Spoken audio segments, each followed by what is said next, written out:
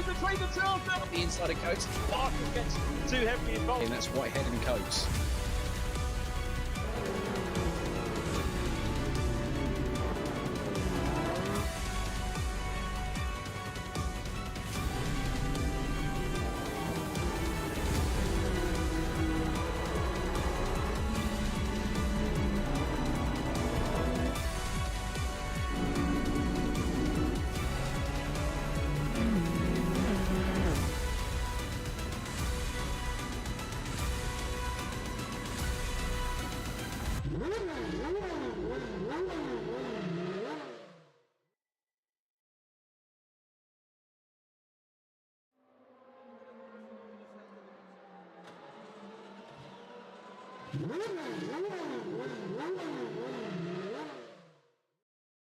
Just a good old boy, never meaning no harm. Beats all you never saw, been in trouble with the law since the day they was born. Straightening the curves, flattening the hills. Someday the mountain might get them, but the law never will. Making their way the only way they know how. That's just a little bit more than the law will allow. Just a good old boy, they wouldn't change if they could. Fighting the system like a true modern day Robin Hood.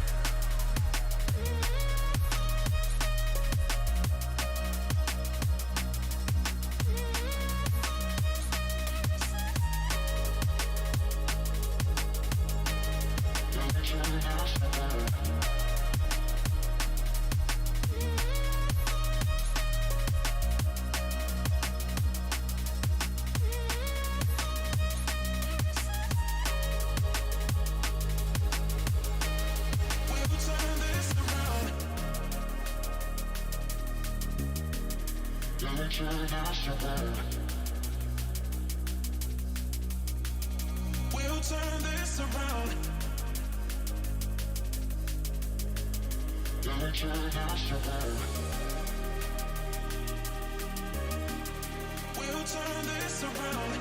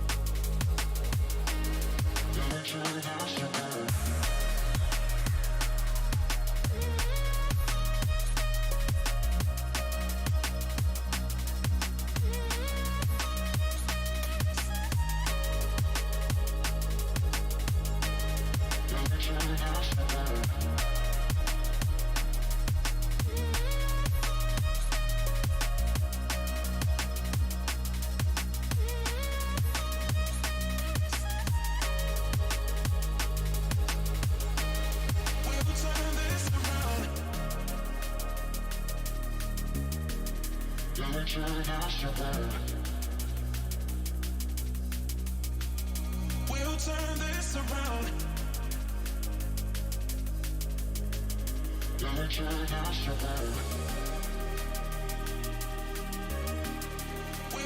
this around.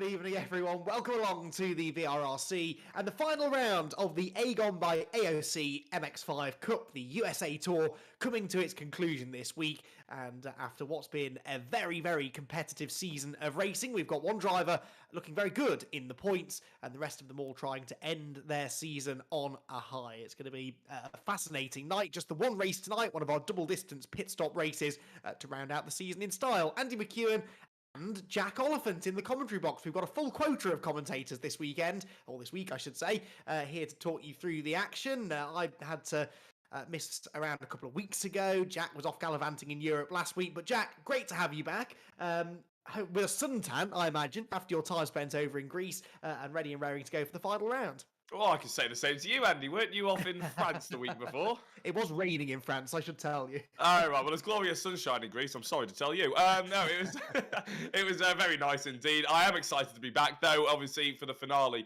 of the MX5 USA Tour. Watkins Glen is a track that we haven't used very often, Andy, but it's a track that on iRacing, the Devil's sim racing equivalent, is quite often used, isn't it? So I'm sure a lot of these drivers are used to it by now. Yes, it is the longer version of Watkins Glen we're using as well, which is not my personal favourite, but most of the drivers seem to like it. Certainly gives an extra few overtaking opportunities around the boot section of the circuit, as it's known. It's the 8th American circuit that we've raced at. We started way back on the 7th of September at Laguna Seca. Then we were at Road America for our first pit stop race, the Circuit of the Americas, followed by Road Atlanta. And then we kicked off the second half of the season at the long since closed in real life Bridgehampton circuit. Then we were off to Sebring, VIR last week, which produced two fantastic races, actually, some real drama across the two 20-minute races a week ago. And as we said, it all concludes here tonight at Watkins Glen. And this will be an interesting little night of racing, I think, Jack. Just the one race, a longer circuit as well than we've kind of been used to of late, and one that typically produces really good MX5 racing. Yeah, well, it's quite often used in sort of on iRacing anyway. It's the only thing I can talk of with experience is you can do quite a long endurance events and stuff like that at Watkins Glen with a lot bigger cars, GT4s and GT3s. So it's always fun when you stick a little MX5 on a circuit like that, and you can fit them 3 wide through most of the corners. There are nice big sharp walls as well, which will punish the drivers if they do get a little bit carried away. So yeah, it's a nice sort of well-rounded circuit to finish this up on. And I can see on the YouTube chat as well, Dave has already put that Watkins Glen is apparently the best track on this championship. So hopefully the drivers agree.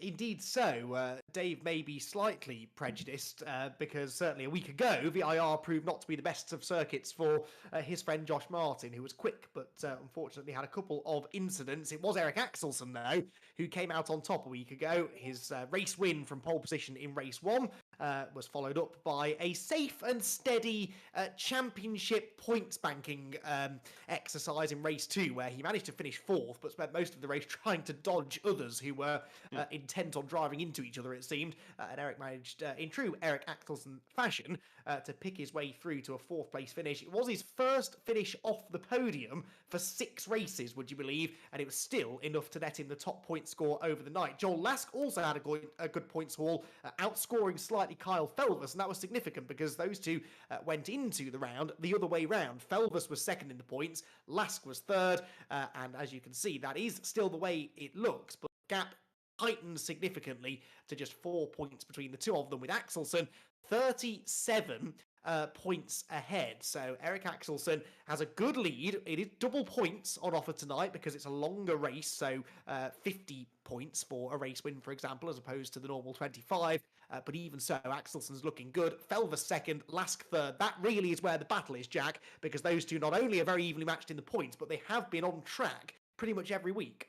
Yeah, they have been. And Joel Lask has certainly found his feet in the endurance, or a double distance event, I should say, actually. So the fact that we're finishing on a double distance event probably means that Joel Lask is feeling a little bit confident in himself at the moment. But Carl Felvers really has come to grips with this car. He likes rear wheel drive. He likes the sort of aggressive nature that he can throw the car in and try and make it stick with the throttle. And I'm sure he'll get getting himself hyped up enough with his HFT teammates as well. Of course, Nicky Taylor in 4th place, one of those teammates, but a little bit further back. So you're absolutely right. I think the fight for prizes is certainly between 2nd and 3rd place.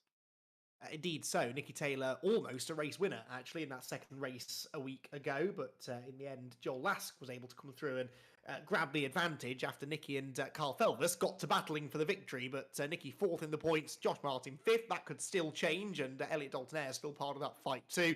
Then you jump back to sort of the best of the rest, really. Ethan Hill, Jens Verhoeven pretty close together. Just 2 points between those two, ahead of Sam Zero and Andy Carroll. So that is how the championship standings look coming into this final race of the championship, and they are fighting for these prizes. 3rd in the championship wins a trophy and a 3rd 24-inch display, AGON display. AGON, we thank once again for their support of this championship. 2nd place in the championship, a 27-inch display. They're the 2 prizes that really could go either way to Lask or Felvis tonight, whilst the 34-inch curved display from AGON looks as though it's going the way of our championship leader, Eric Axelson, but stranger things have happened. He still needs to try and stay out of trouble tonight to make absolutely certain of his prize and his championship victory as well. Well, qualifying, I believe, has just gone live, so without further ado, we'll take a quick look at the full Watkins Glen circuit that we'll be racing on tonight before we dive into that live qualifying session.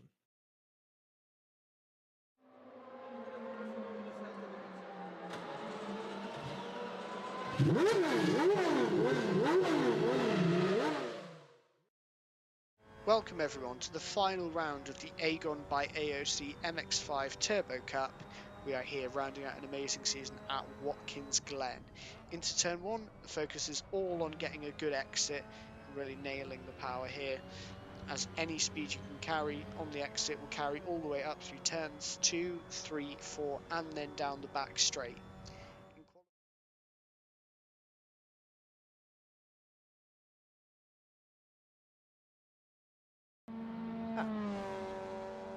Pico? Right, well, apologies for that, slight technical issues.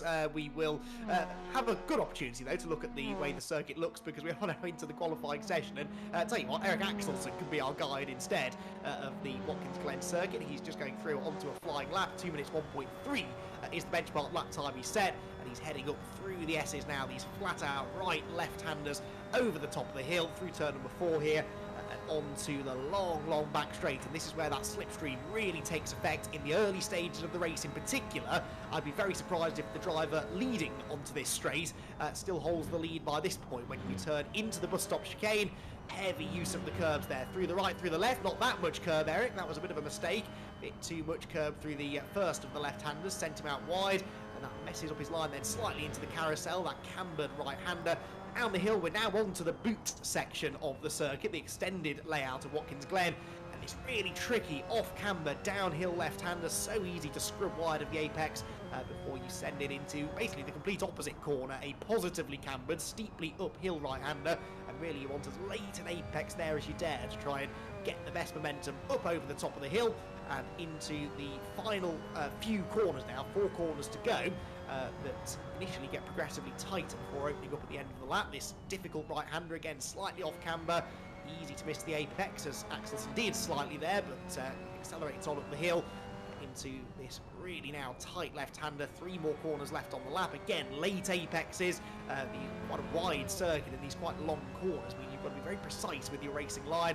And then it's back up to speed again through the penultimate corner, which is virtually flat out in a normal MX5, but these cars a bit more of a punch power-wise, so there's actually a downshift there required into both the penultimate corner and the final turn, which again has a little bit of positive camber to help you round.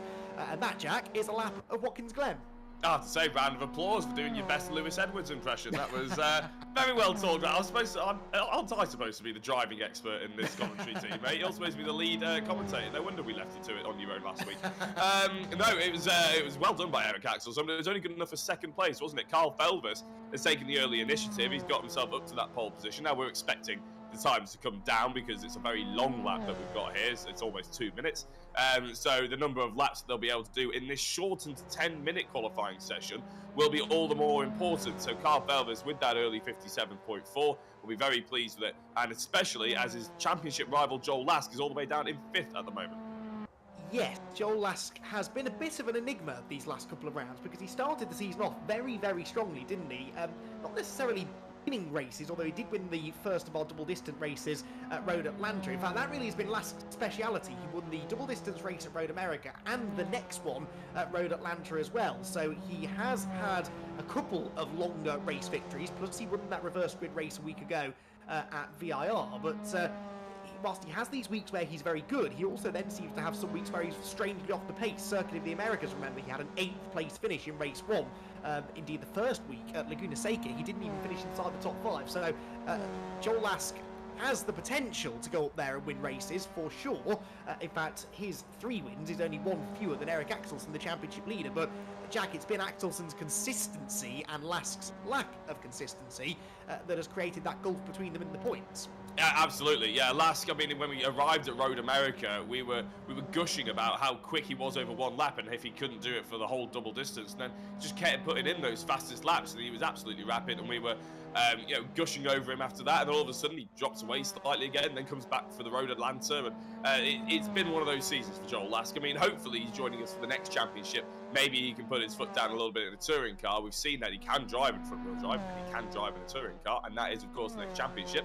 More on that to follow after the race, I'm sure, or maybe even during the race if it gets a little bit quieter in the midsection. But yeah, Joel Lask, he has struggled a little bit. Carl Felvers, we quite often mentioned he was the most consistent driver in terms of his finishing position, wasn't he, Andy? He was always about 2nd place. In pretty much whatever we threw at him, he was pretty much getting most consistently 2nd place, and that's why he is 2nd in the championship. But at the moment, he's hoping to get that 1 extra step and get onto the top step of the podium, isn't he? At the moment, though, Elliot Dalton-Ayres actually is the closest man rivaling him. Yeah, Dalton-Ayres, who has had just the 1 podium all season, would you believe? It was in the reverse grid race back at Laguna Seca. Sorry, it was in the first race back at Laguna Seca, I should say, at the start of the season, but he looks really quick here tonight. You're right about Felvers. He has only finished outside of the top 5 once all season, after a penalty, actually, at COTA, the first race at the Circuit of the Americas, so he's on the road at least. Felvers finished inside the top 5 every single time, which, of course, you can also say about Eric Axelsson, who only been off the podium twice all season long. That explains why he's the championship leader, but that doesn't always do the championship full justice, because we have had some really good racing. Nicky Taylor has been getting quicker and quicker of late, and he'll have to get quicker in the closing stages of this qualifying session, because I don't think he's put in a proper lap time yet, Jack. Nobody's listening to you, because he's just put a purple sector 1, followed by a purple sector 2, and I'm just trying to see where he is on the circuit. He's coming out of the boot section, I believe, isn't he, up that hill? So there's every opportunity that he's going to finish this one nice and strong. A 58.7 is not good enough for him. He'll know that, and he's got his teammates around him. He's got a little bit of slipstream from Eric Axelsson. I think that is just ahead of him. He might have all the ingredients here for a really quick lap time, will Nicky, and launch himself not only into the top 10, but potentially into the top 5, and even on the front row alongside his teammate if he's lucky.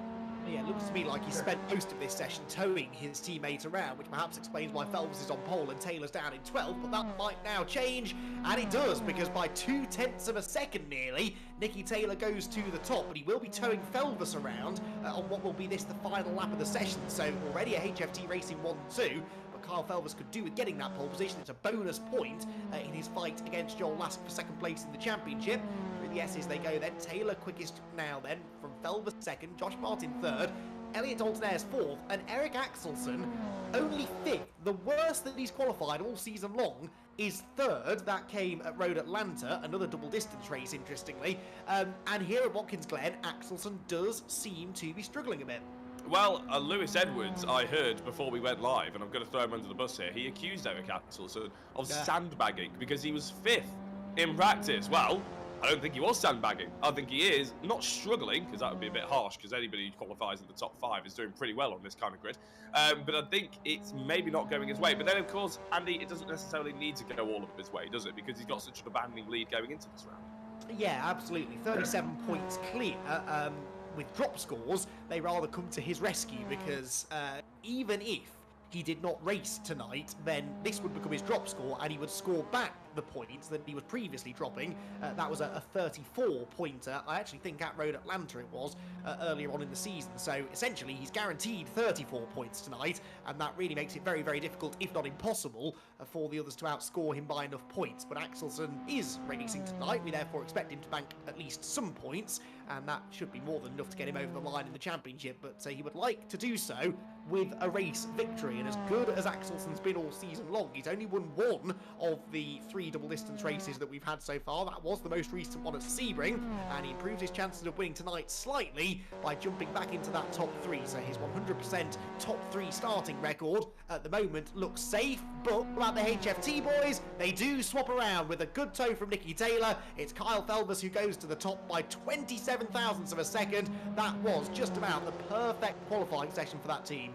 Yeah, and Carl Felvers actually did that whole lap with, he was down in sector 1, he was down in sector 3, but his sector 2 was purple by so much that he actually managed to gain about 0.3 of a second on his teammate. Well, gain 0.3 of a second on his previous time and jump ahead of his teammate, I should say.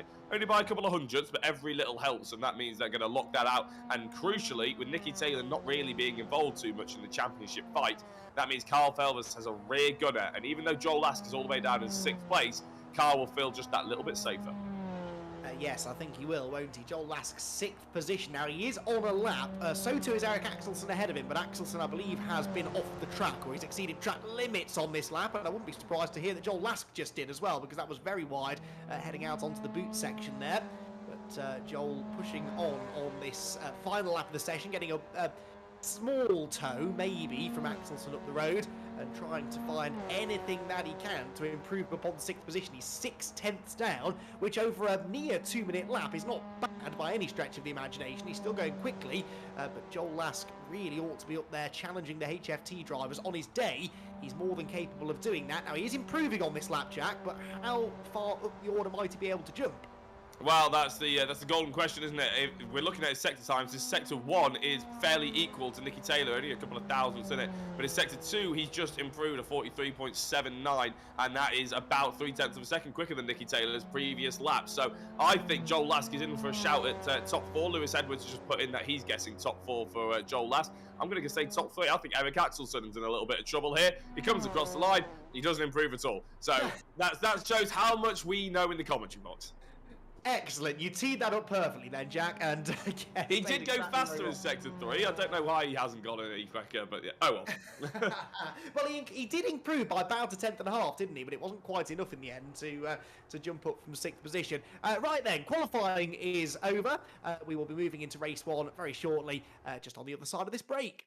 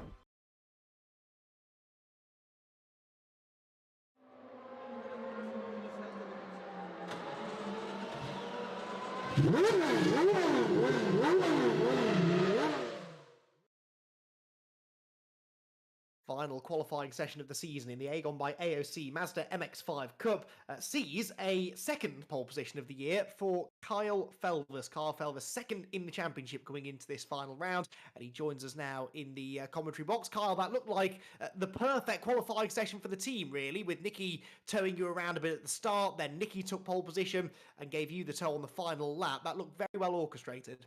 Yeah, in practice, me and Nikki figured out that if he tows me and I bump draft him, it's quicker for both of us, because I was sort of slower than Nikki in practice. So we found that worked best, and that's what we went with, and it's managed to pay off.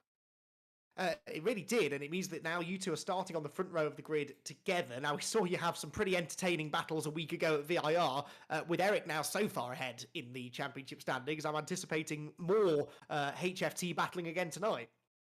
Maybe later on in the race, but I think to start with, our plan was to work together and try and pull a bit of a gap, and then maybe put on a show. Well, we're looking forward to that. You would like to finish second in the championship, I'm sure. You and Joel are only 4 points apart coming into tonight. How much of an eye will you be keeping on Joel as the race goes on? Yeah, fairly good one, but to be fair, I haven't had a drop round, so I haven't had an awful round so far. I've done pretty well and pretty consistent at the moment, so I'm not sure which one will drop at the end of the season. So that could all play a part, and yeah, just got to finish ahead, really. Absolutely. Sounds like a plan. Kyle, best of luck, and we're looking forward to the show. Thanks.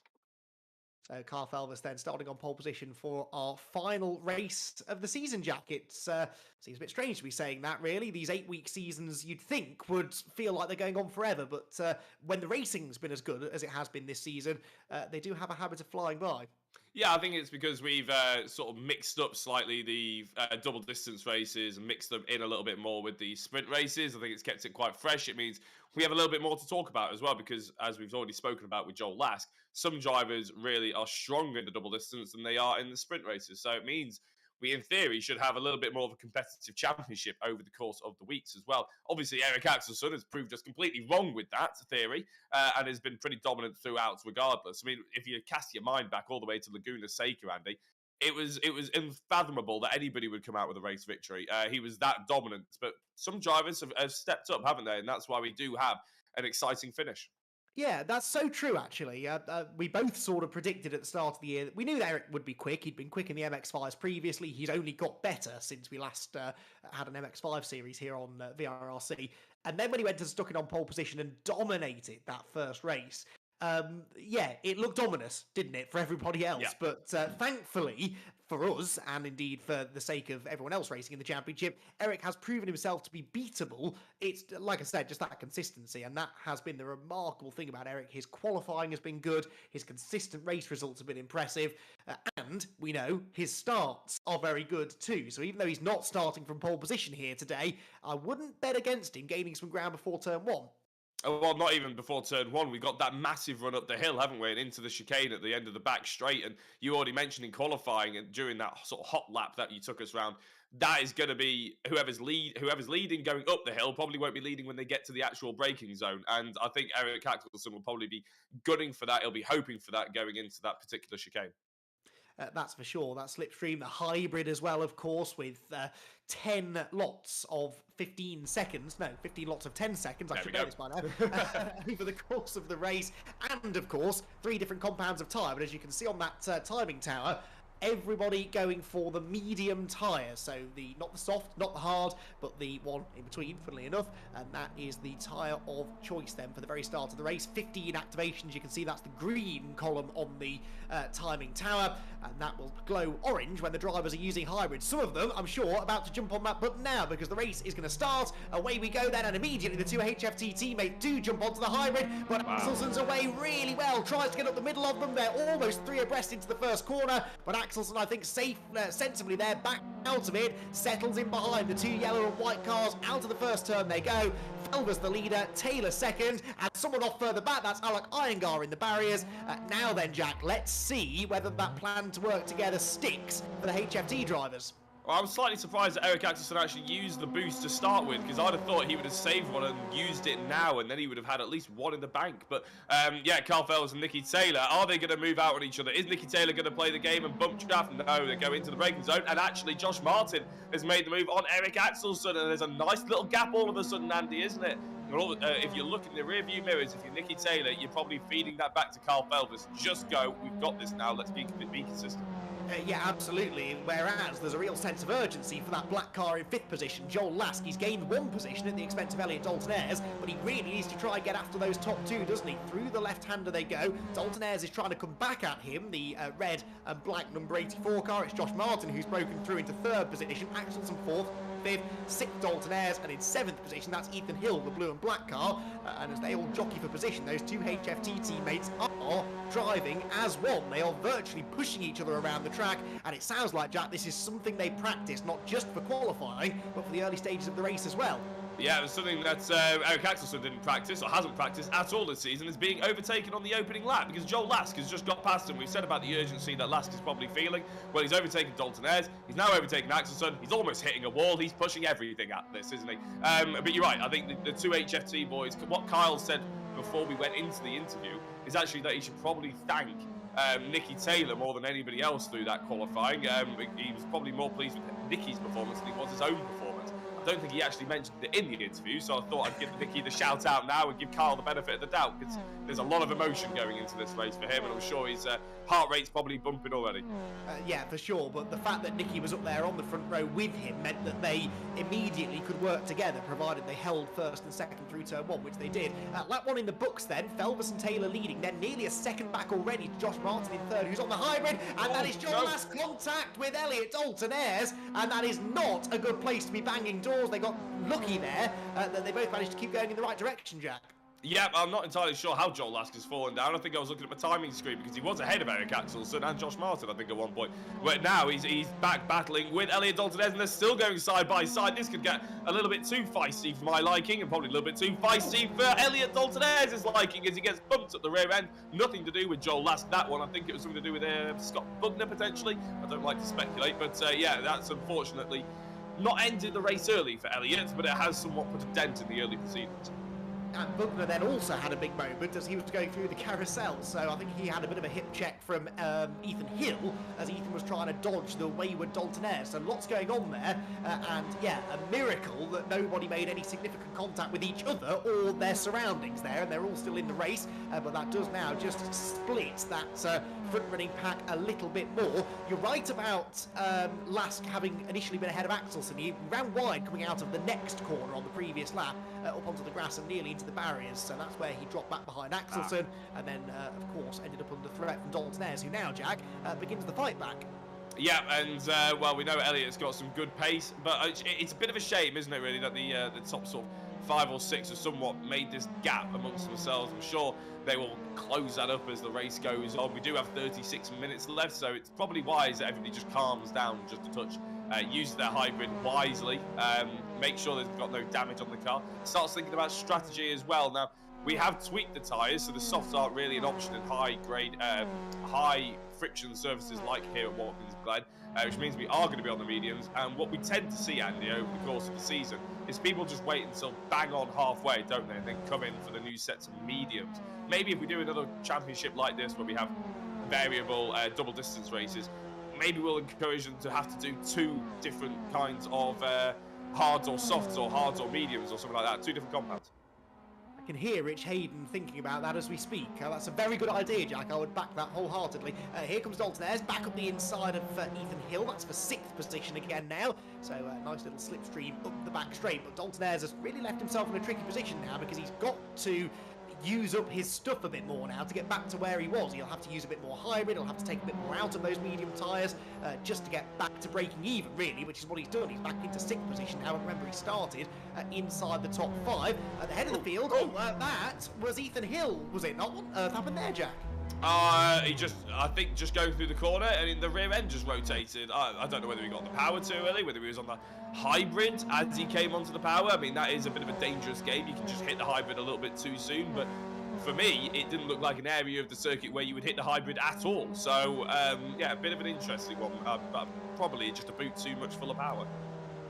Yeah, that was an odd one. Not entirely sure what was going on there, but anyway, he has a lot of damage and is headed for the pit lane, so Ethan Hill will play no further part in this final round of the championship. Up towards the penultimate corner we go for the third time then. Felvis and Taylor continue to work together at the front with Josh Martin and Eric Axelsson.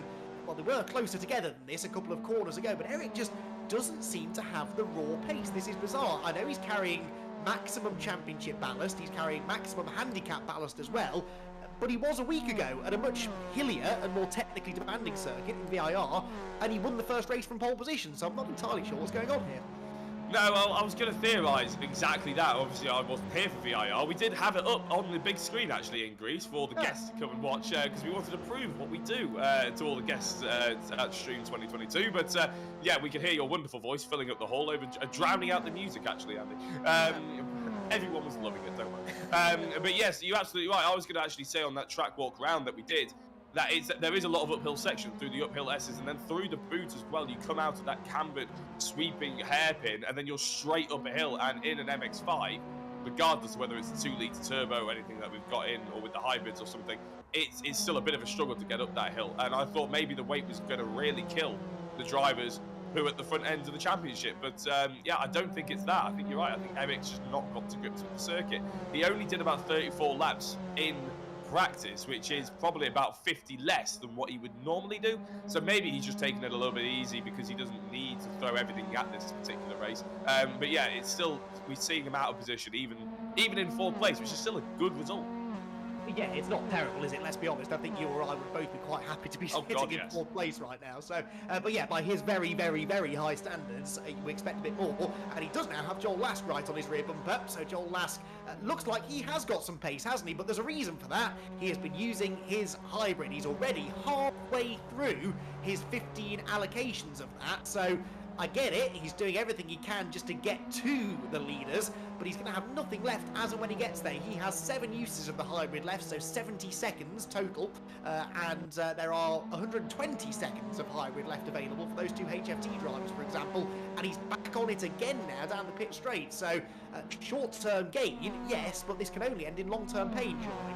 Yeah, I think he's going to be a bit disappointed when the checkered flag doesn't come out in 12 minutes' time, and all of a sudden he has to realise he has to do another 20 minutes. I don't know whether he's thought this process through, whether it's a reaction to what happened before. Maybe he's thinking as long as if he can get onto the slipstream of the 2 drivers in front, then that's the most important thing, so he doesn't just get completely dropped.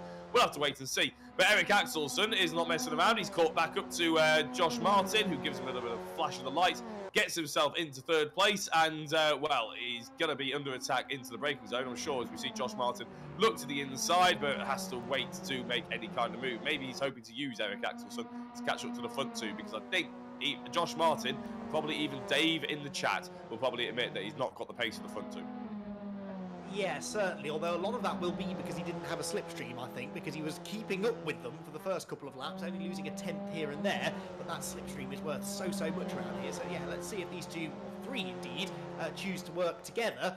We joke about Joel Lask using lots of hybrids and perhaps not knowing that it's an endurance race, or sorry, double distance race, but he really is going through them, isn't he? He's only got 5 left now. He's used another 2 on this lap alone, and we're not even at the end of it yet. He has closed right in on the 2 green cars ahead of him, but I do fear for his pace in the second half of the race, especially, Jack, if he comes out of the pit lane and doesn't have anyone to slipstream with around him, because as bunched up as they are now, once they all pit, we could see a bit more separation. So yeah, okay, he can latch onto the 2 cars ahead, maybe save some hybrid for the time being, but in another 10 or 15 minutes time, once they've all pitted, that might not be the case. Yeah, I hadn't even occurred to me, to be honest, that obviously if he comes out and he's in clear air, he really is a little bit stuck, isn't he? But he's not the only one, to be fair. Elliot Dalton Ayres behind him has only got 6 left, so although the front lot have all still got double digits, I should say, actually. They're sort of waiting, they're conserving it, whereas the 2 drivers in 5th and 6th, they're the ones attacking this race at the moment. How much will it take out the tyres? How much will it take out their overall pace come the end of the race? We'll have to wait and see. Eric gets back on it, so does Josh Martin, up the hill, and I think this is a crucial area of the track to be using it, really, because it is up such a steep hill with the weight that they've got on board. But if you look at Carl Felvis and Nicky Taylor, Andy, they're not worried, they're not bothered. They've only used 2 or 3 each. They've got this raw pace underneath them, and it's working a treat. It reminds me of the old tandem drafting in NASCAR, this. I don't think Nicky Taylor has been more than 6 inches off the back bumper of Carl Felvers since the start of the race. And it's working a treat because their pace is astonishingly good, and yet they're not using the hybrid. I think that says 12 left for Felvers, and is that 13 for particular. Yeah. Okay, so yeah, they're using them very sparingly, aren't they? So, which kind of makes me wonder why Lask is using them quite as heavily as he is, because with a slipstream, look how close he is behind Josh Martin. Unless he was trying to overtake Josh, and I don't even think he is, the slipstream should be enough to keep him there. So, yeah, strange tactics here from Joel, but as I've said many a time, there's a reason I'm a commentator, not a racing driver. I'm sure there's some grand plan here for Joel. Either that, or he has missed the memo that this is a 40-minute race. Yeah, and well, I'm sure if we end up getting a podium, we can have a chat to him, can't we? And we can he can tell us where to go. I imagine he would, with his questioning his tactics. Yeah, the one driver I'm looking forward to having a gander at when it comes around to the pit stops. We were saying that it's probably going to go medium, and they're probably going to all pit at 20 minutes bang on.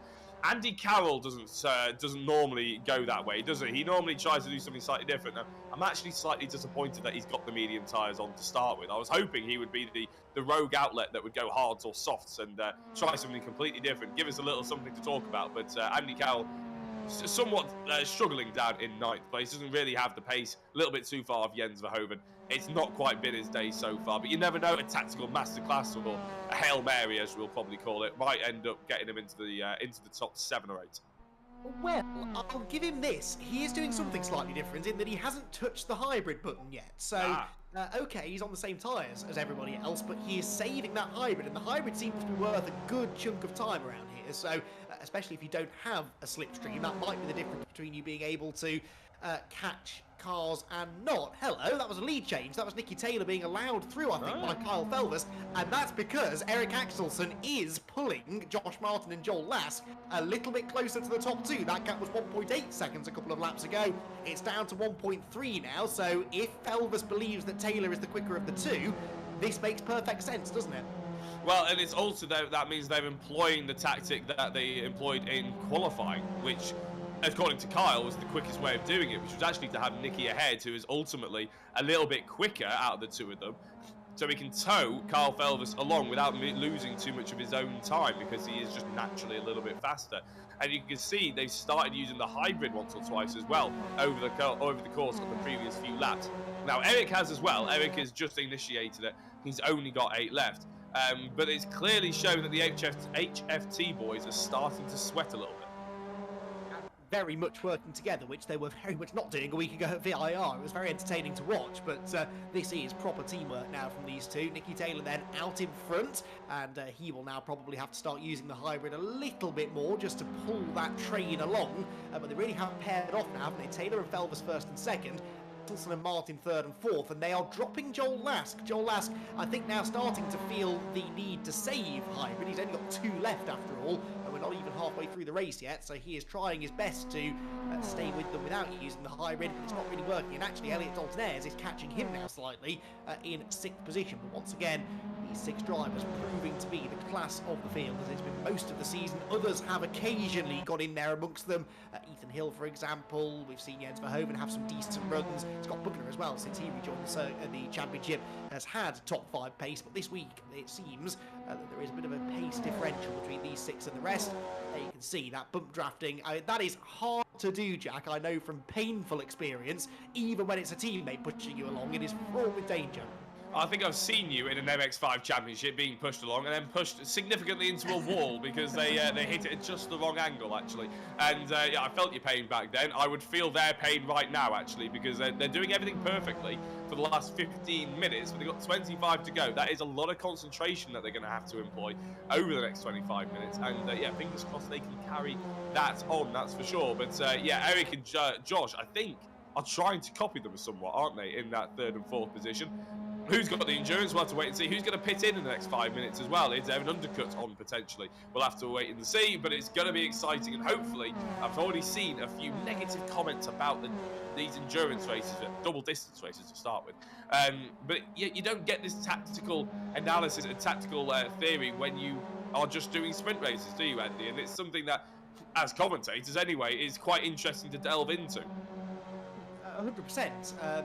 You did confuse me then, talking about endurance races. I wasn't aware that we were running endurance races. We're not. A 40-minute double-distance pit stop race, and I enjoy them, and I will die on this hill readily. And this is tactical racing, and not every race has to be a 15-minute absolute all-out sprint, because this actually tests the drivers a lot more, and I think it means more to win one of these races, because you didn't just outrace the rest of them, but your strategy was on point too, and we're really seeing that play out now. The strategy with the tyres, perhaps less so today, but certainly strategy with hybrid is the case. Eric Axelsen starting now to use his hybrids, and he is gaining. He's almost within a second of the leaders now. Scott Bugner, meanwhile, is in the pit lane, and this is the first driver to blink, really. So what tyres will he go on to? It's just before half distance, so I would imagine it's another set of...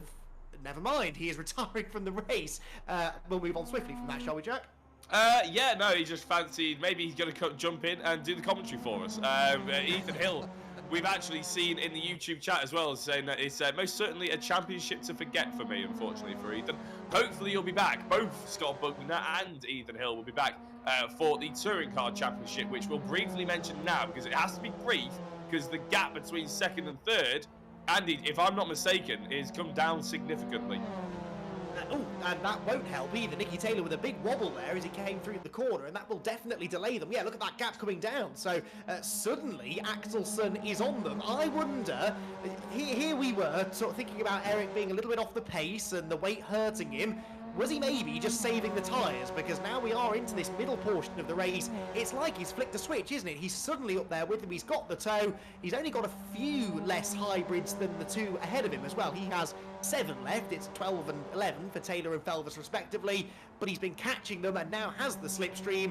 What will he do? Will he attack? Will he sit with them for a little bit? Or will he perhaps try and get out of this pack and pit early? I doubt it. I think he'll want to stay in the slipstream and maybe break up those two teammates ahead. Because right now, Jack, HFT have control of the race. If Eric can get amongst them, then that changes. Yeah, well, I'm wondering whether they're going to swap 1-2 again and put Nicky Taylor as rear gunner. Yes, good point. Yeah, because he's not of course. them away, is he? No, exactly. Eric's caught them both up, but now is Eric a little bit too close to initiate that crossover safely without risking that they're going to lose out on the positions? It would probably be now is the best time to do it, as Nicky Taylor got a little bit of a poor run, but he hits on the hybrid. They're going to stick with this formation. I'm not entirely sure that this is going to be the best one. I think they need to look in their mirrors and find the best opportunity to swap them back to allow Carl Felvers to get the maximum amount of points and allow Nicky Taylor to give a little bit of protection, shall we say. I think Nicky's running out of tyres. He had a bobble there coming through turn 1. He had that one going on to the boot section as well earlier on in the previous lap. So I wonder if Ricky's just running out of rear... Ricky? Who's Ricky? Nicky Taylor. I wonder if he's Ricky Bobby, we're in America. Exactly. See, I knew there was a link there somewhere. If Nicky perhaps is running out of rear tyres because the rear of that MX5 suddenly doesn't look all that well planted. But he's not got out of the way. He's continuing to lead Kyle Felvers. Actually, on this lap, they are just starting to gap Axelsen ever so slightly. Yeah, and they haven't used any of the lovely hybrid to do such a thing. One driver has already ran out of hybrid. Can you guess who it is? Oh, that's right. Wouldn't be a black car, would it? It would be, you know. It's Joel Lask. What a shock. He only had 2 about 5 minutes ago. Ooh, very wide line there, I thought, by Kyle Felvers. Thought he was going to end up in a wall. But yeah, Joel Lask without any hybrids left. And I'm not going to say he's going to be like a stone in water, but I do fear for him after this pit stop. I half expect him, honestly, to pull into the pit lane next time and retire. I'm convinced he thinks it's a 20-minute race, because this has been...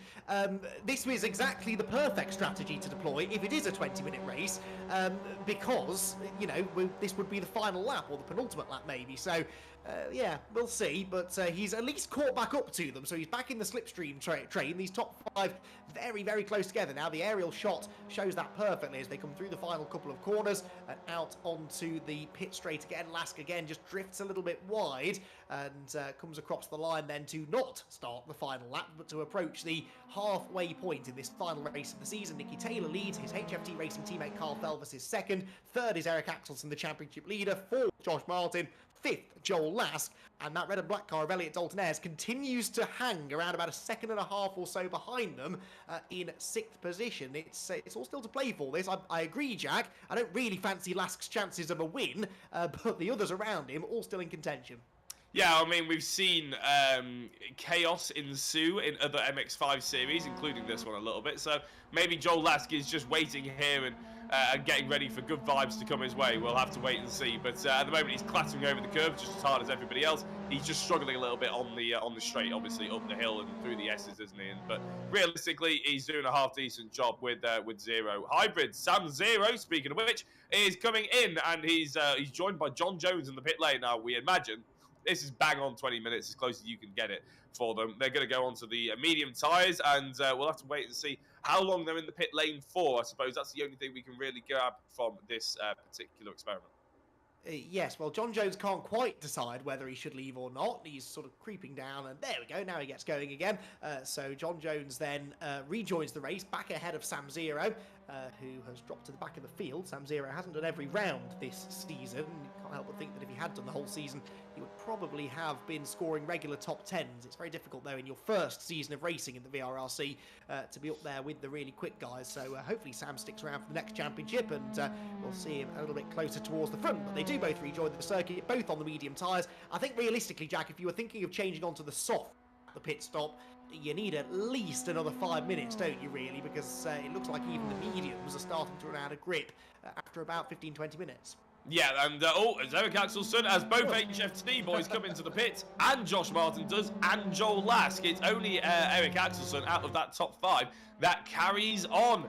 I'm semi-excited to see whether Eric Axelson actually goes a little bit longer and does exactly what you just mentioned, goes for another 2 or 3 laps and tries the softs on, because we know how much he likes to massage his tyres, how much nicer he is on them than the likes of Nicky Taylor. Does he have it still left under him to be able to get another 2 or 3 laps at half decent pace, stick the softs on, and go for a couple of fastest laps? Because crucially, those fastest laps, remember, that's worth 6 points here tonight.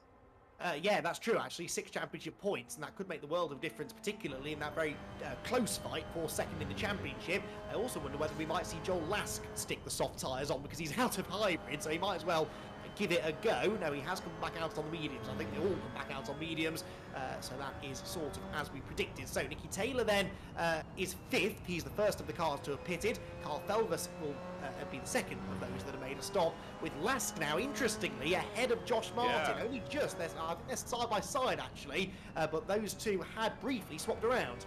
Yeah, no, that's going to be interesting to see if Joel can hold him off, or whether he's going to be a bit of a sitting duck as well, as this is Eric's in lap, so he is using the hybrid a couple of more times. I think he is going to dive into the pit lane, but he's trying to get a little bit of a jump on the 2, maybe an overcut. Is that going to be a missed apex? It is, so he's driving a little bit too hard here, Andy. He's trying a little bit too much, I'd say. Yeah, looks like it, doesn't it? He's also only left himself now with 3 extra hybrids, so it was worth a go. But I think if you're going to go for the overcut, you need to really go for it and switch onto the soft tyres afterwards. But I don't think he's going to be able to go long enough on these mediums to make that happen. You saw the loss of traction coming out of the previous corner. The car not looking particularly well settled. And as he comes through the final turn, does he turn right? Yes, he does. So Eric Axelson bails for the pit lane. 16.5 minutes to go.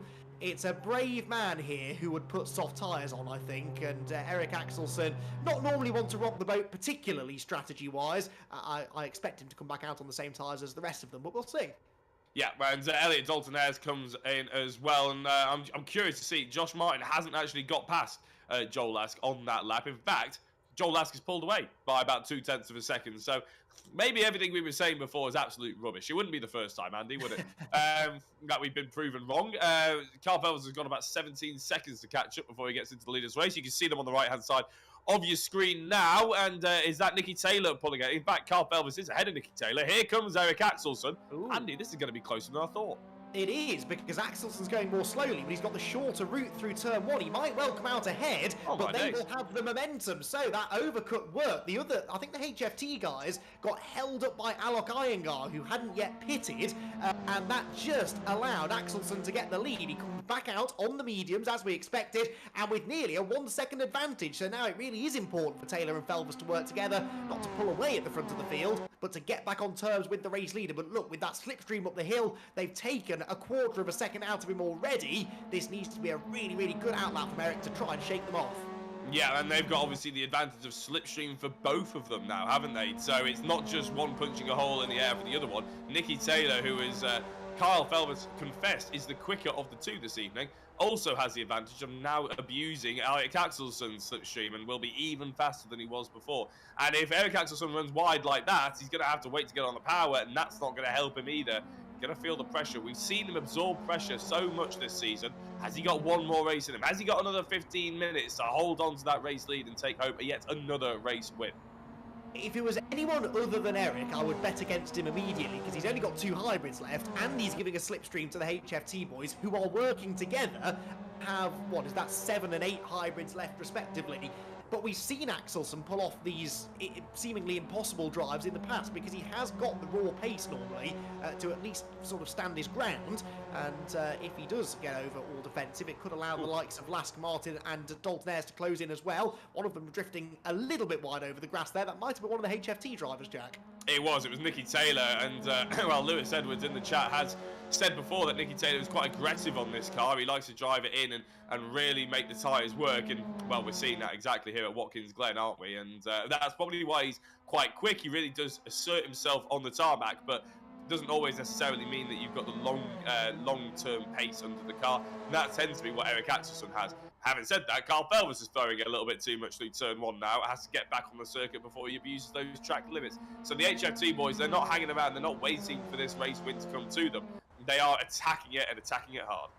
They are, but they're losing time. They are. Axelson, it's over a second now. At this point of the circuit, a lap ago, it was about 8/10. So Axelson, so far, so good. He's got 1 hybrid left, though. That will be the deciding factor, I think. He might well be able to fend them off for now, but he's got to go another 13 minutes, and for most of that, without any extra hybrid power. So Axelson, for now, hanging on, but he's surely going to be a sitting duck in a few laps, and of course he's abusing his tyres quite a lot now to try and keep this pace up. So yeah, we'll see. Like I said, Axelson's done this before, but it is not an easy thing to do, especially when you've got teammates behind you, because you know they're not likely to start battling against each other in the same way that those on opposing teams might do. A quick shout out, by the way, Jack, here to Joel Lask. He's still in 4th place. He's gapping Josh Martin without any hybrid. I don't know how, but he's doing it.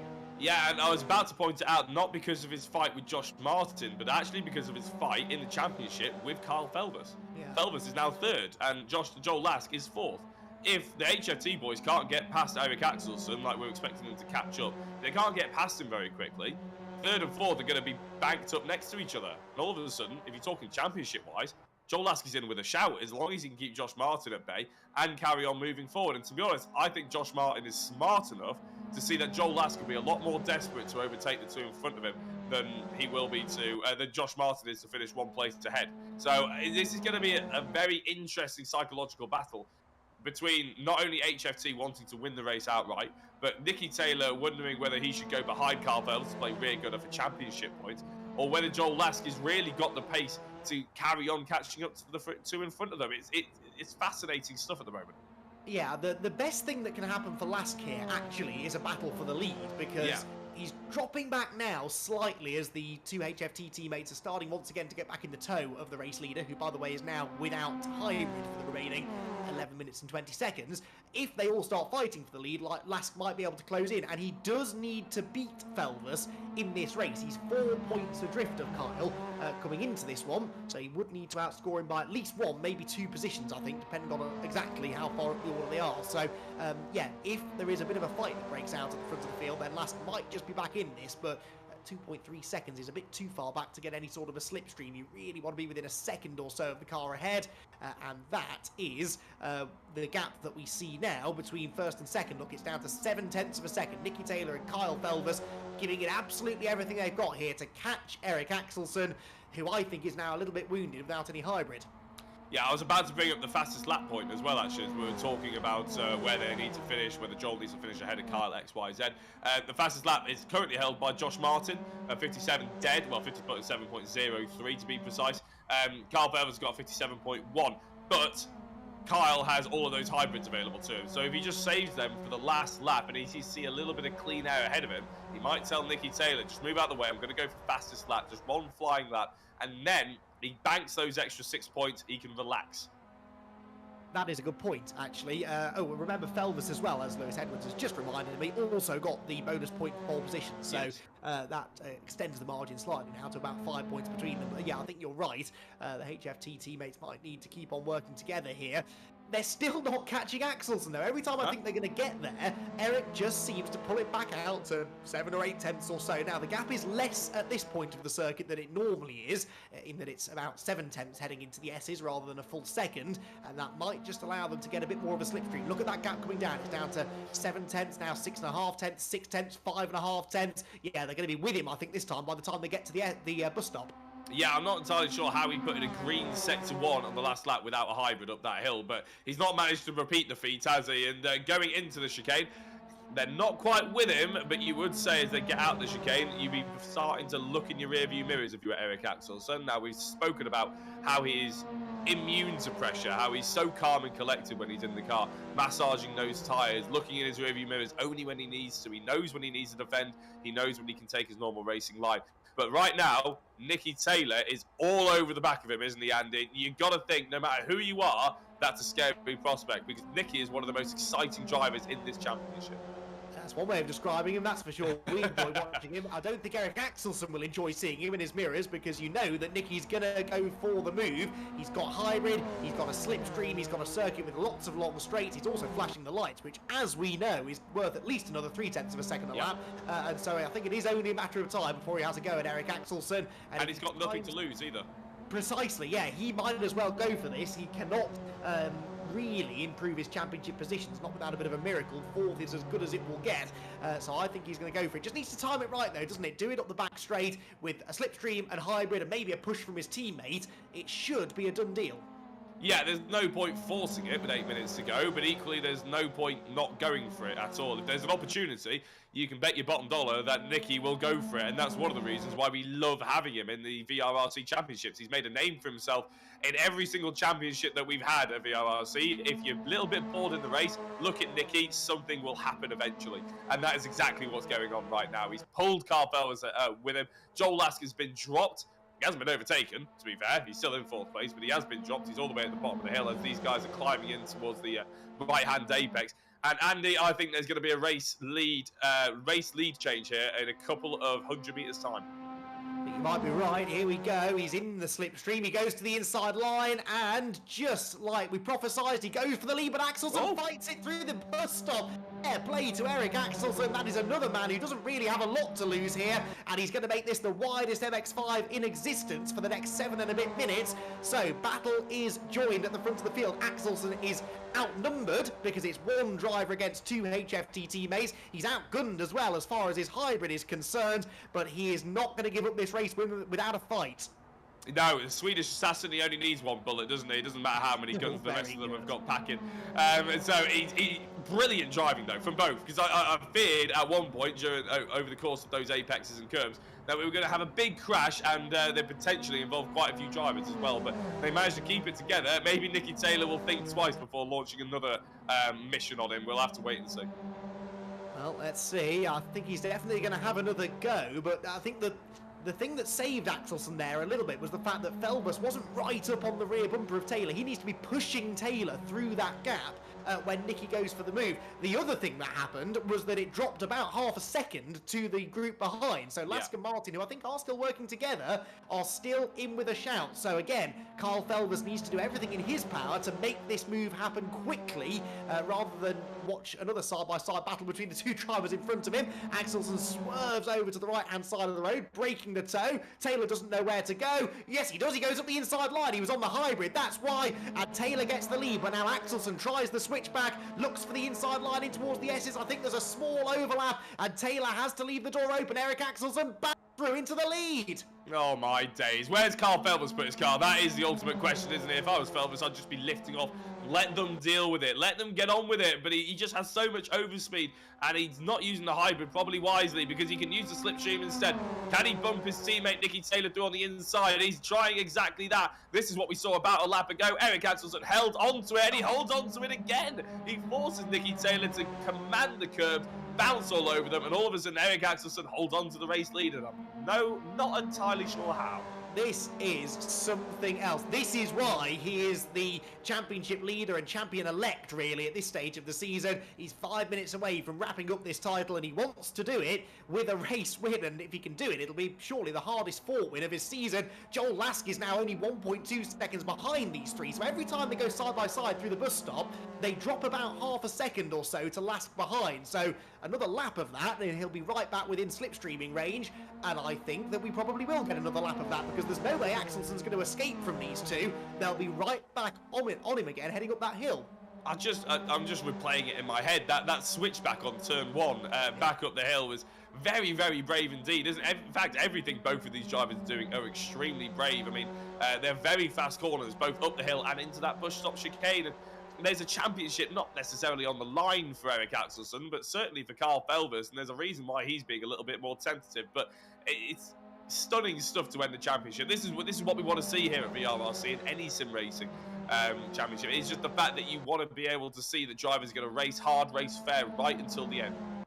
Indeed so. Rich Hayden, by the way, posing the question, why isn't Josh Martin using his hybrid? Because he doesn't need to. They're gaining on the leaders anyway, and imagine if he can get there before the end. He's got 7 uses of the hybrid left. He could blast past the lot of them. So, in fact, he has now just got into 4th place. So Josh Martin moves ahead of Joel Lask, and now he will try and set off after the leaders. That lost them a lot of time, though. That gap suddenly up to 2.6 seconds. So I'm intrigued to know what happened there. That overtake for 4th, costing them both a chunk of time. Right, Axelson to the inside this time, Taylor to the outside. This could be the ticket to the race lead, because he's getting a lovely push from his teammate Carl Felvers, and they both will go through, or will they? Taylor's gone through, Felvers muscles his way past as well, and now Axelson's down to 3rd, but immediately fights back. Out wide over the curve goes Felvers, and Axelson's back into 2nd place. Yeah, Nicky Taylor and Carl Felvers, they both employed their remaining hybrids pretty much to try and make that move stick.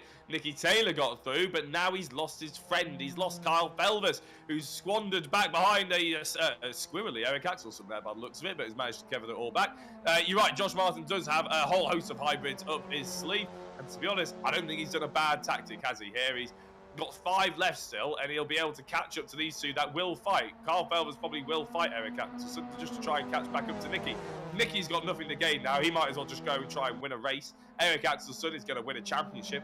Carl Felvers is ahead of Joel Lask. In theory, all 3 of these drivers might as well sit there and do nothing. But with a charging Josh Martin and the adrenaline running as it has been for the past 38 minutes, I just don't see it happening. I'm glad you added that on the end, because I can see our viewing figures dropping by the second. No, there's definitely more racing to come from this, that is for sure. That was Lask in the barriers. Joel Lask with a big moment in the background. He saved it, but rattled his MX5 down the Armco there as he headed towards the penultimate corner. He has dropped behind not only Josh Martin, but also Elliot Dalton-Ayre. So whatever happened to him at turn 1, it cost him 2 places and a huge chunk of time. Sam Zero there staying well out of the way of the leaders. That was good gentlemanly driving, as a bit of a dummy look up the inside there for Kyle Felvers. Right, Nicky Taylor only has 1 use of hybrid left here, and he's not broken the toe, so depending on what Felvers does with Axelson, they could both still catch Nicky on this lap. Yeah, and this is the penultimate lap of the race. This isn't the final lap. He crossed the line at about 2 minutes and 7 seconds to go. A lap is 1 minute and 56, according to the fastest lap of the race, held by Josh Martin. Now, Eric Axelson has been overtaken by Carl Felvers. That's not entirely surprising, because the hybrid did about 90% of the work there, didn't he? But they are down to 1 hybrid each. If Eric Axelson can just keep within shooting distance for the next lap and 3/4, then they're on even playing field. And we've seen how quick Eric can muscle this car around Watkins Glen as soon as he's getting into a little bit of clean air. Josh Martin has got 2 behind. It is a 4-horse race. It's going to be a little bit hard work, I think. I don't think Josh Martin's really got the ultimate pace to really battle with the top 3, but if he does it well and uses his brain a little bit with those extra hybrids, you never know, he can get onto that box up the podium. Well, he needs a fight to break out in front. And remember what Carl Felvers said before the race. He promised us a show in the last few laps. He said he'd work with Nicky until the end, but then maybe then they would battle. Well, he's closing in on Nicky here. He's bringing Axelson with him. I would not bet against a podium yet for Josh Martin, because with just over a lap to go, I think this is all about to kick off. 1 hybrid apiece for Taylor and Felvers. They will both surely try and save that for the run up the back stretch. But if they go side by side, what will Eric Axelson do? I don't know what Joel Lask was doing there. He was in a different postcode as he came through the right-hander at the bottom of the hill. But here we go, 2 more corners, and then we're on to the final lap. And I still think there are 4 drivers in podium contention here, and certainly 3 of them fighting for the race win.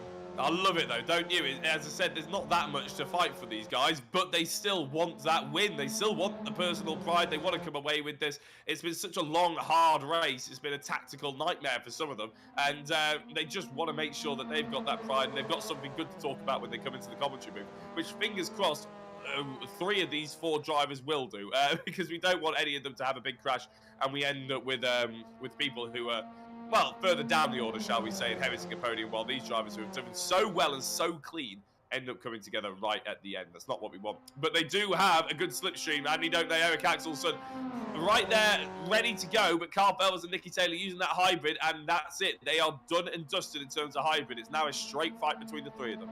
But interestingly, Felvers, who could have tried to take the lead into the bus stop, elected not to. So either he's content to sit behind Taylor, or he's got something planned for later in the lap. So it is still Taylor who leads then. Less than half a lap to go. Felvers second, Axelsson third. This is not what Josh Martin wanted to see. He wanted to see side-by-side and sideways action ahead of him for these 3 to delay them enough that he could get into the fight. But that's not really happened. Taylor hanging on. So far, it is HFT formation. Will that continue? I mean, there aren't that many more overtaking opportunities left on the circuit. The next corner really is the best of those, and I don't think Felvers is really close enough. He didn't get an excellent run out of the previous right-hander, and he has to be careful as well. If he goes for a move for the lead, it could open the door for Eric Axelsson behind. Eric just peeking to the inside there, into the tight right-hander, but actually, they all continue to run single file, Jack. Yeah, with only a couple of corners left, I think you're right. I think this might be Carl Felvers happy to sit in second place. We'll have to wait and see. I'll probably prove me wrong in a second. Josh Martin ran out of his hybrids, by the way, so he's somewhat stuck in no man's land. Nicky Taylor, who's driven this very, very well, hasn't he? We shouldn't take any credit away from Nicky Taylor. He's been brilliant in this particular race, but it's Eric Axelsson who's going to catch all the headlines. He is indeed, because as Nicky Taylor and Carl Felvers making a HFT Racing 1-2 in the final round of the championship, the title is won by Eric Axelsson. Eric, for the 2nd season in a row, is a champion here at the VRRC. Remember, he won our Touring Car Championship European Tour a season ago, ahead of Nicky Taylor and Carl Felvers, interestingly, and he will once again be victorious, this time in the MX5. Jens Verhoeven might be out of fuel here. He's taking a very interesting line through the final corner, and he's well off the pace. So Jens, with a slight fuel miscalculation, it doesn't cost him a place though, because Sam Zero was a lap behind and will still come home in 10th position. Somebody push him over the line. Oh, no, there we go. He has got that. Yeah, Andy Carrollers as well, who unfortunately didn't throw any kind of rogue strategies in there for our entertainment. Alok Alangar, who had a little bit of a spin earlier on, still managed to crack into the top 10 with Sam Zero. Unfortunately, well, being one of the last of the late runners, shall we say. John Jones was in there as well. But an absolutely brilliant championship. I mean, that was everything we wanted the MX5 USA Tour to be, wasn't it? With the hybrids, with the different fuel selection, tyre compounds. It was brilliant stuff to watch, Andy. It really was, and it had a bit of everything with this mix of sprint and endurance racing, and like you say, the tyre and hybrid double distance. Double distance. Sorry. Yes, it really has been a fascinating season, and some really competitive racing, as typified there by the fact the top 3 in that final race were nose to tail right to the end of the race. It was, though, a HFT Racing 1-2, and it's Nicky Taylor who comes home victorious. Nicky Taylor with the race victory. Nicky, thank you for joining us here in the commentary box. Congratulations on the race win. You've been making a bit of a habit of this of late, running at the front. You've definitely got quicker as the season went on, that's for sure. Yeah, oh my god, finally. I mean, I didn't even realise I had a race win initially in the season until the qualifying today, because I was just looking through the results calendar and I was like, oh, I won at Bridgehampton, because obviously Kyle got a penalty from the start line incident. But yeah, to get my first win actually on road in a car I do not get along with and haven't got along with, I think it's just capped off. My season has just got, it was started out worse, but it's been getting better and better. And I've actually kind of understood the car, and it helps that I've got one of my favourite tracks, or my 2 favourite tracks, the last 2 rounds here. Yeah, for sure. You were really, really rapid at VIR a week ago too. Really interesting race that then, working together with your teammate pretty much all night, right the way through qualifying and through the race as well. I'm sure you were chatting even through that final lap. We were surprised that Kyle didn't have a go at you at the end. Were you really just trying to cover off Eric there and make sure you got the HFT 1-2? Yeah, I mean, at the start of the race, with us working together, we knew we didn't have to use any push to pass, because we knew the bump draft from from like qualifying and from practice, it's actually quicker than push pass anyway. We were just pushing through, not using any push passes. Then near the nitty gritty bit after the pit stop, we literally could just use push passes, and I think we had more than Eric. And Eric did put up a good fight, to be fair. I tried the same move about 3 laps in a row, and then realised it wasn't working, so I changed that up. But yeah, I said to Kyle, I'll let you win if like Joel's nowhere near, because or if Eric's like miles back, because then helps you championship wise. But at the end of the day, it come down to we were quick on track. Kyle was his race pace was phenomenal tonight, and I just kind of had that little bit of an edge, and I don't think he was gonna fight that too hard in the last race, because he needs to consolidate where he was in the championship. And yeah, I think it just ended out quite well between the two of us. Yeah, for sure. The perfect end to the season for the team. And earlier on this season, we thought this might have been the last we'd see of you for a little while. But a little birdie tells me that you might come back for a little play in the touring cars. Is that still the plan? Yeah, it is. I mean, I wasn't going to, but then touring car got added. It's one of my favourite things, and it's front wheel drive, so I thought I'd give it a crack. We see that might be my last one, but I hear there's meant to be either another thing that I like after this touring car as well. So I don't know. I do like VRRC, and at the end of the day, I will keep coming back, and it's like a family for sim racing now. So yeah, I've learnt my craft here. So I'll try and branch out to other things, but for the time being, with how the championships are looking coming up, and we stand quite a good chance in them. So I'm quite happy where I am. Excellent news. That's what we want to hear. We were saying during that race how much we enjoy watching you. There's always excitement around Nicky Taylor, so glad to hear that's going to continue in the next championship as well, the Touring Car Championship. And yes, we're looking forward to having you there. I also believe that there's been a bit of a vote going on in our broadcast chat whilst we've been chatting, Nicky, and I think we've decided that you are our driver of the race as well for a wonderfully tactical victory. We've seen you really have to scrap it out there in the past, but this one, really, everything went to plan. So for that, you're also our driver of the round. Well done. Oh, thank you. I'll have to share that with Kyle, because it's my win as much as his this week. Yeah, that's, I'm sure, absolutely the right answer as far as the team's concerned. So congratulations, Nicky, and we'll see you again next season. Oh, cheers. See you next season. Hopefully win that one. Absolutely. Well done, Nicky. Thank you for having a chat with us. Right then, Jack, I've spoke to one half of the HFT 1-2, and I think you can have a word now with our runner-up in the race and the championship. Yes, I can chat to Kyle Felvers, and a happy Kyle Felvers, I imagine. I'm going to enjoy it while I can, because we're front-wheel drive next championship. Kyle, congratulations on the second place in the championship. By the sounds of it, you also get half a driver of the round medal as well. You must be buzzing. Yeah, I don't know how he's going to cut that in half, but yeah, we'll see. But yeah, it's been a great championship. The battles with Eric, battles with everyone in general, and it's been a really good car, and lots of fun throughout the whole season, really. Yeah, absolutely. And really, you've come away with a lovely shiny monitor as well. Have you got a plan with what you're going to do with the 27-inch AGON by AOC monitor? Not too sure yet, but we'll see when I get it, and yeah, we'll decide then. Well, as long as you didn't say you were going to sell it on eBay, that's all we care about. That's a very exciting race at the end there, wasn't it? I mean, Nicky played the team game down to perfection for you, didn't he, really? You guys were trying to maximise your points in the championship. You must be not only grateful for that, but honestly grateful for Eric Axelson, for the clean racing that you guys have enjoyed so far this season, well, all of this season, and pretty much since you guys have started with VRRC. It was fantastic to watch, and I imagine it was fantastic to be a part of. Yeah, the team game with me and Nicky, that was all planned. We were talking to each other the whole race, and we were just trying to maximise both our points. And in the end, Nicky was ahead. Nicky had much more pace tonight. He was a lot quicker. He does love this track, but he was ahead, and that's how we went with it to the end. And yeah, Eric is always a clean driver, and it's great to race with him. Sometimes there's a few mistakes from either part, but it's very rare, and it's always a good race with Eric. Was there any kind of fear going into this round that Joel Lask might pull something out of the bag? Because, of course, he is normally very quick at these double distance events. That's where he's got most of his points from. Were you a little bit anxious about that at all?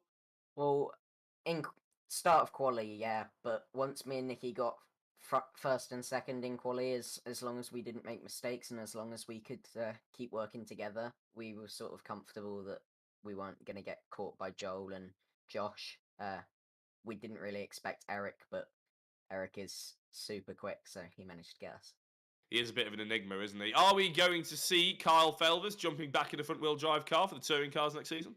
Yeah, we should Well, should do. I've signed up and paid and everything, so the Audi does feel pretty good, which is the one that I've chosen. I've done a bit of testing, but yeah, it should be a good season. Well, you have a couple more weeks. I'm not entirely sure how many weeks. I should know that, but I don't. Until the start of the Touring Car Championship, so plenty more practice to come. Congratulations on second place in the championship and second place in the race as well, Kyle. Thanks, Jack.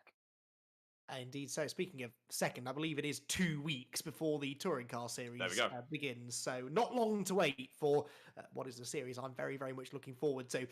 It's probably a series that the next man we're going to speak to is looking forward to as well, because as well as having just wrapped up the MX5 Championship, Eric also won our previous Touring Car Championship. Eric, you're a double VRRC champion now. Huge congratulations. I mean, your performance over the course of the season has been astonishing, and I think we saw the very best of you in that race as well. Oh, thank you, Andy. Yeah, that was a great race. I wasn't too happy with the quali, and yeah, the first lap, I don't know what I was doing. I had my radar app accidentally turned off, so I had to fiddle with the apps and find the app on the first lap there. So I lost a couple of positions, but yeah, it was a really good race in the end. After the pit stop, man, yeah, really good race with Nicky and Kyle. Yeah, that pit stop came a lap later than the others around you, and it really worked. They got stuck in traffic a little bit. You managed to come out with a 1 second lead, and then you were really hitting that hybrid really hard to try and pull a gap. You must have been worried that it would be hard to defend from them at the end of the race. Were you surprised actually at how many laps you were able to fend them off for? Yeah, actually I was, and I was a little surprised about the gap after the pits. But yeah, I knew that I was probably on fewer hybrids than they were, because they were driving together for the first stint. So I didn't have many hybrids left, so I kind of used them to build up a gap to get them out of slipstream, but it wasn't enough. But we had a good race in the end, and yeah, we all came out without any crash. So yeah, that was good. Yeah, that's always nice to see. It was a very clean battle between the three, that's for sure. Touring cars again next then, Eric. We saw you do really well in the hybrid touring cars, a slightly different format now, no hybrid, but multiple choice of cars. First of all, are you back for that? And if so, how confident are you of a third consecutive title? Well, yes, I'm in. I'm in the championship, and I'm in the link. And yeah, I think it's going to be a really tough championship. I've seen the sign-ups. It's yeah, Jack Smith and yeah, many fast drivers, Scott and yeah, more. So I think it will be a tougher championship. And front-wheel drive haven't been my strongest. It was yeah, it was the last championship where I felt like I got the hang of it, but yeah, no hybrids this time, and it will be more like raw skill and racecraft. I think it's going to be really good.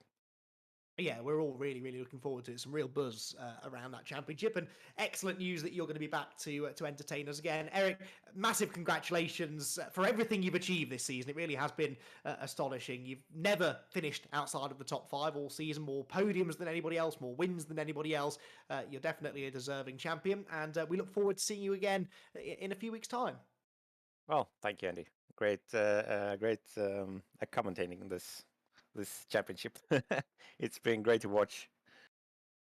Oh, thank you very much. This is all very pleasant, isn't it? Eric, we'll speak to you again in a few weeks' time, but once again, congratulations. Thanks. Bye. Right then, this is all very pleasant. Normally post race, there's a little bit of edge, or someone's annoyed with someone, or there's a bit of a post race protest going on. Everyone ending happily, Jack, and that's exactly how it should be. Well, yeah, that's until the chat realised that we changed the touring cars all to 1 hour races. Yes. Shall I bring the mood down a little bit? No, well, I am joking, ladies and gentlemen, by the way. That isn't what's occurring. But before we finish the interviews, yes, Rich, we'll bring you in the MX5 hybrids, different compounds of tyres, a USA Tour. It's been a fun experiment, but we're off back to the touring cars, our tried and true, aren't we? We are indeed, yeah, we are indeed. So really looking forward to getting out the. It's a new touring car pack we're using. So last championship we just used the Cupra, which is a fantastic car, but we wanted to add in a little bit of variety with some different manufacturers. And as you can see on the screen, we've managed to do that. So we've got 8 different manufacturers. So we've got a fairly decent spread. 21 sign up so far. Still space for another 4. So if there's anybody out there you're thinking of getting involved, there's the tracks, there's the cars, and we've got 4 spaces left. So yeah, really looking forward to it. All cars are equal, same weight, same power, same torque, same physics, same tyres. The difference being some of them have got a slightly shorter wheelbase, which makes hardly no difference whatsoever to the handling. So they're pretty much even cars, just with different body shells on, just to give us some variety.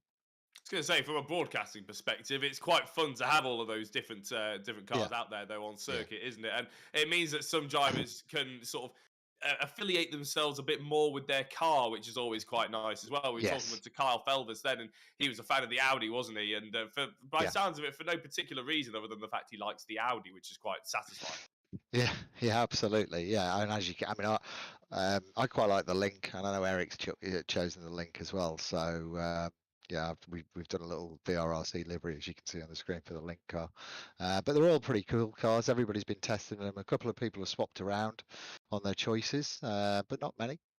So we're quite looking forward to getting all the liveries done and getting some promotional stuff done with all the liveries for every driver.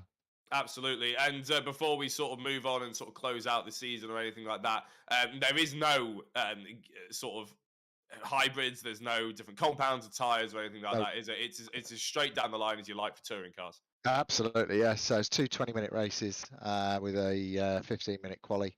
And as you can see, we're effectively a European tour. So we're starting in Portugal at Portimao, which is a fantastic track. I love it. Then we're going to go for a little bit more high speed over to Paul Ricard, going to the fantastic Spa, and then a couple of rounds in Germany with the Norris Ring, which we've not used before, but we know is a really good track. So I just wanted to shoehorn that in onto the Nürburgring, Barcelona, and again Imola, amazing track. And then you've got to finish a touring car series at Brands Hatch GP, right? You do indeed, yes. And so, as you said, good old-fashioned touring car action. I can already hear the Felvis and Taylor family spamming the like button on the stream. I don't know if Adrian's still listening. Hopefully he is. I really resisted the temptation to reply to his comment in there about no more endurance. Well, he is in there at the moment. He's I don't know if he's still listening. Adrian, we will be doing more endurance because the drivers like it. So, but not in the next championship. The next touring car championship is 2 20-minute races, and then after that we're looking at GT4, which will definitely have some longer races in it. Yeah, but GT4 is always they're always fun to drive, aren't they? Brilliant. Yeah, Thank you very much for coming in and having a chat, Rich. I think it's about that time that Andy, me and you probably finish out this championship, I imagine. Oh, unless there's other graphics to go, which there probably is. I always forget about them. You're not getting away with it that easily, Jack. There's definitely one more graphic coming that I know of, but yeah, really excited about that TCR series. Ever since I joined VRRC, it's always been one-make racing, and I love one-make racing, but there's something a little bit unique about having the different variety of car out there. So yeah, that's going to be really good fun. And as you can see, it actually starts on the 9th of November, so we've got a bit more time than we thought before that next championship will kick off. So we can now take a look, first of all, at the final championship standings. The points have all been totted up, the drop scores have all been calculated, and it is, as we've said, Eric Axelsen with the championship, 337 points, 31 points then his advantage in the end over Carl Felvers, who gets the better of Joel Lask, with Nicky Taylor into fourth. I'll tell you what, if Nicky had had the pace earlier on in the season that he showed in the last couple of weeks, he could easily have been up there in third or better in the championship. Really came on song in the last couple of rounds. Josh Martin was fifth, ruining perhaps a couple of mistakes last week at VIR that cost him a shot at a top four, with Elliot Dalton-Ayres, Jens Verhoeven, Ethan Hill, Sam Zero, and Andy Carroll rounding out the top 10 in the final championship standings. So that's how the points look then at the end of what's been a really fantastic season of racing. Great to see Eric Axelsen claiming yet another championship, winning himself that 34-inch AGON curved display screen, the 27-inch display going the way of Carl Felvis, and Joel Lask, who didn't have the perfect end to the season, it must be said, still gets his hands on a nice third-place trophy and the 24-inch AGON gaming display. And once again, we thank AGON for the providing of the prizes and their continued support here at the VRRC. We've touched upon some of the things that are coming up in the future here in the VRRC, specifically regarding the Touring Car Series, but as we know, Jack, there is plenty more that you can do if you want to come and get involved in some of the VRRC fun. There absolutely is, and hopefully we'll be able to bring that graphic up now, because I don't have it off by heart. There we go. Top left, we've already spoken about the Mazdas. Well, you can't join in with that anymore because it doesn't exist. We've already finished it. That's the whole point of tonight's broadcast. But there are more championships you can be getting involved in that we've already spoken about, i.e. the touring cars. There is the fun races that happen on a Sunday night, 7:30 every Sunday. They run to the same format as the championship that you've just seen today. I think they just do 2 sprint races, though, and it's a pick and mix format. So you vote on what track is coming up, and you vote on the car that you're going to be going around. And it could be LMP, it could be a touring car, it could be an open wheel, or it could be a truck or an ambulance. You pick, basically. Then you've got the time attacks. Well, it's at Silverstone, the old Silverstone circuit at the moment, the 88 version, in a old Formula 1 car as well. And I'm guessing a 1980s style Formula 1 car that they've got on the screen now. I'm probably being ridiculed now for not knowing exactly which make that is, but unfortunately, I don't know historic F1 that well. But yes, there's more that you can get involved with the time attack. Absolutely. It's a fantastic, every 2 weeks, they change it up, and we're getting more and more modern by the day. So if you want to razz round in the 1980s Silverstone, then by all means jump in the Discord. And then we got the free roam for those drivers that want to chill out. They just want to relax. They want to listen to music or podcasts or whatever they want to do, or just sort of cruise around with their friends while they're on Discord. Then we've got the Discord. We've got the Assetto Corsa server for you in the GT Classic Legends around the LA Canyons.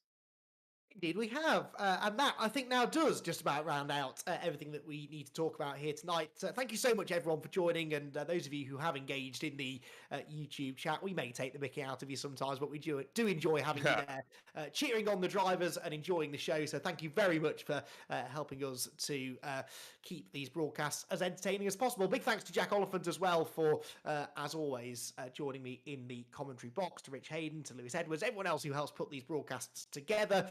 We couldn't do without you all, so looking forward to more of the same in our next championship. For now, though, from everyone here at the VRRC, thank you once again very much for joining us, and we'll see you again next time.